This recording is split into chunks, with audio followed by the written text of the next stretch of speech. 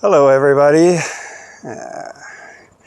If you watched our videos for a while, then you know that we don't make the videos about us. We don't like a spotlight on us. We're not that interesting people. We like the videos to focus on St. John. And sometimes we put ourselves in front of the camera because we want to add a little context to what we're doing and what we're talking about when points we're trying to get across. So with that in mind, we've got a little thing that we're talking about today, which will have some context with this video. So Wendy's going to discuss that a little bit more. So, sorry we've been missing in action for a while. We lost a family member not too long ago. It was our beautiful dog, Jack, who's been with us for 10 years. And he moved out here with us in 2018 from BC. And when we were living in BC, we used to travel a couple of times a year to down to the States, to the Oregon coast. And that was where we discovered that Jack was an ocean dog, a beach dog. And most dogs love the beaches. They don't all love water, but part of our decision to move out here when we decided to semi-retire was to give a better life for ourselves and for our beloved Jack. Because where we were from, there was some dog parks, but there was nothing that really held his interest, and he really started to slow down at that point. So we decided to come out here, live near the beach, and that gave Jack probably the best 3 years of his life. And so that's kind of what we want to talk about today, is just about the quality of life improvements that you can have if you come here. So, in tribute of our little Jack dog today, we want to just show you why Jack loves St. John so much. It's a very dog-friendly city, and so we're just going to try to highlight some of that in honor of our pup. So please stay with us if you would, and we'll get to it. So this here is Domino, and we still have her, thankfully. She's the one we adopted after rescuing her recently. Now she still loves the beach, but she doesn't like the water.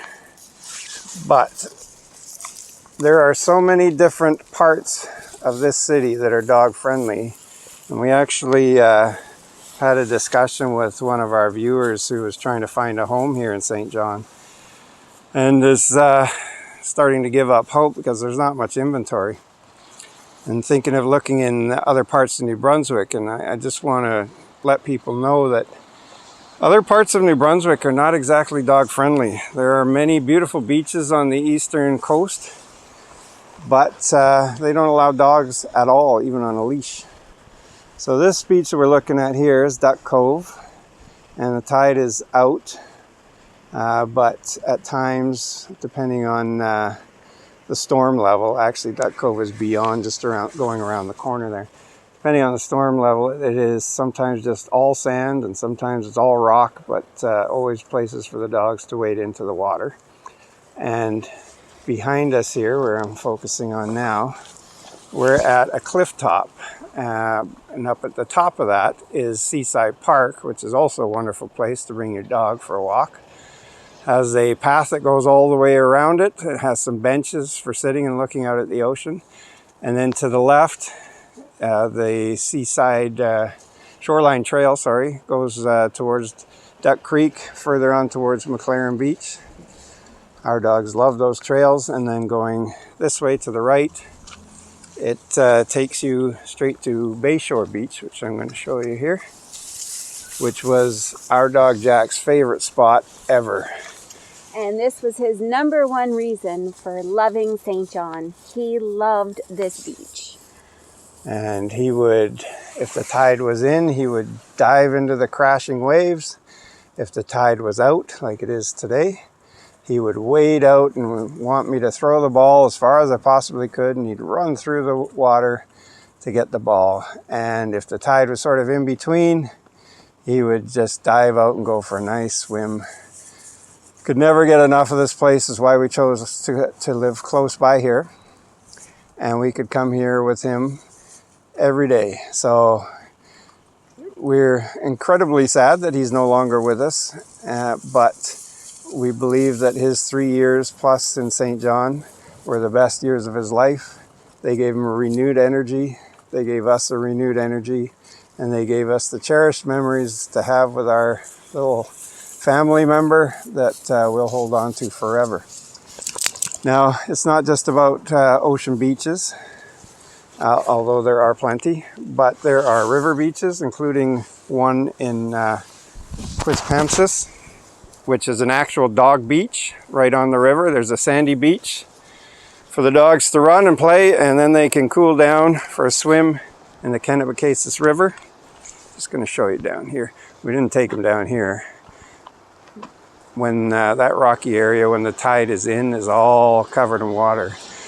We were here last week to commiserate, and the tide was right into the bottom of the vegetation here. Besides the beaches, there are several trails around different areas. We've shown in other videos the res on the east side. That's not an off-leash area, but there is an off-leash park there. And then at Rockwood Park in the center of town, there are just tons and tons of off-leash hiking trails to take your dog if that's their thing. And it's not just that. When you go uptown in the summertime for a bite to eat or drink on the patios, pretty much every patio uptown is dog friendly as well, and they welcome your pets. It's awesome. You could walk all over uptown, and all the patios have little water bowls everywhere. And we brought Jack onto the patio with us one night when we were watching a band, and we brought his bed on the patio, and we had some dinner, and he just slept on his bed under the table. We snuck him a few fries, but it was such a lovely experience. And there's a brew house in uptown called Picaroons that are notorious for their animal-friendly approach, where you can bring the dogs inside as well as out. And everybody out here seems to have a dog. Everywhere is dog friendly. Bayshore Beach, that Jack absolutely loved, that is the unofficial off-leash area for dogs. Now, there are some beaches that don't allow dogs, and there's only 2 of them that I know, and one is Mispec Beach, and the other one is New River Beach.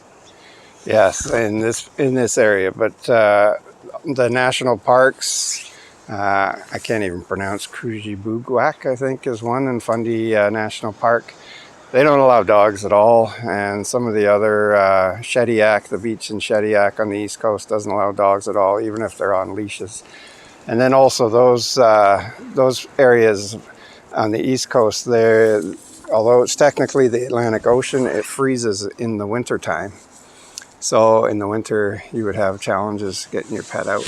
Here, we never had any challenges getting Jack out in the wintertime because the tide would come in, wash any snow away that was on the beach, and he could still run himself silly.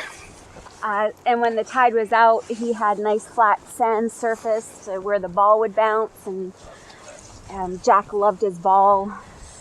He would just chase it wherever we threw it, and so it was really nice to get him out for a nice little jaunt in the wintertime. It was lovely down here at wintertime. We sat on our favorite log a few times with Jack and just watched the water midwinter. It's really a lovely spot. We see a lot of sea dogs out here, which other people call seals. Out here they call them sea dogs, but they were always curious.